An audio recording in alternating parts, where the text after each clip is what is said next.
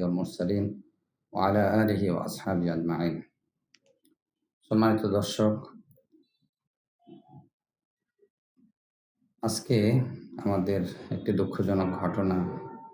বগুড়ার আমাদের প্রথম যে কেন্দ্রটা ছিল মাদ্রাসাতুল আকন্দ, সেখানে দিনের কাজ হইতো, বয়স্ক মানুষদেরকে পড়ানো হইতো, আগে ছোট বাচ্চাদেরকেও পড়ানো হইতো এবং 7 দিন 10 দিনের দায়ীদের কোর্স হইতো। সেই জায়গাতেই আজকে ফজরের সালাতের পরে আমার অফিস এবং আমার যে জায়গাগুলোতে ছেলেপেলে উঠা বসা করতো, সুবহানাল্লাহ আলহামদুলিল্লাহ জিকির আজকার করতো, ওই সমস্ত জায়গাতে উদ্দেশ্যমূলকভাবে 4টি জায়গায় আগুন লাগায় দেয়।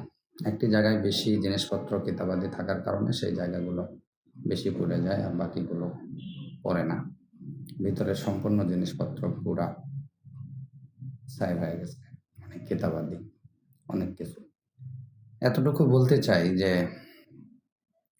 পৃথিবীতে কেউ কারো ক্ষতি করতে পারে না, রাতের পরের দিন আসে,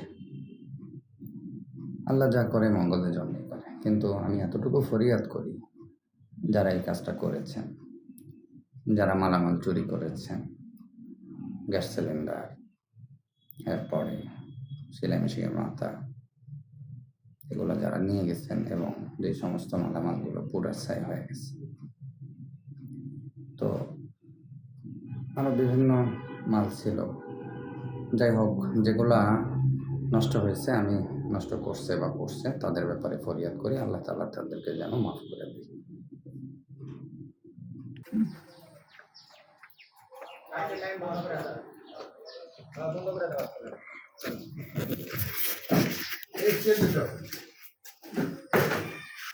তোমাদের কি মনে হয় যে এই আগুন কি লাগা না লাগায় দেওয়া? লাগিয়ে দেওয়া হয়েছে। এখানে তো বাইরে থেকে কোনো আসা যাওয়ার বুদ্ধি নাই। ওই সাইড দিয়ে ফেলে দিয়েছে আগুন ভিতরে লাগে। আপনি বুঝা পারছেন? এই জায়গাতে আগুন, এই কোণাতে আগুন, আপনার ঘরতে আগুন, বুঝা পারছেন? আপনি এই জায়গাতে আগুন লাগার কোনো প্রশ্ন ওঠে? আপনি ঘরের ওটি আগুন লাগার কোনো প্রশ্ন ওঠে? এখানে তো কারেন্টের তারও কি নাই। এখানে আগুন দিছে, ওইখানে আগুন দিছে। আপনি দেখেন ভাই, ওই জায়গাটা এই মাঝখানে কোনো আগুন নেই, ওই কোণাতে আগুন, এই ঘরে দেখেন।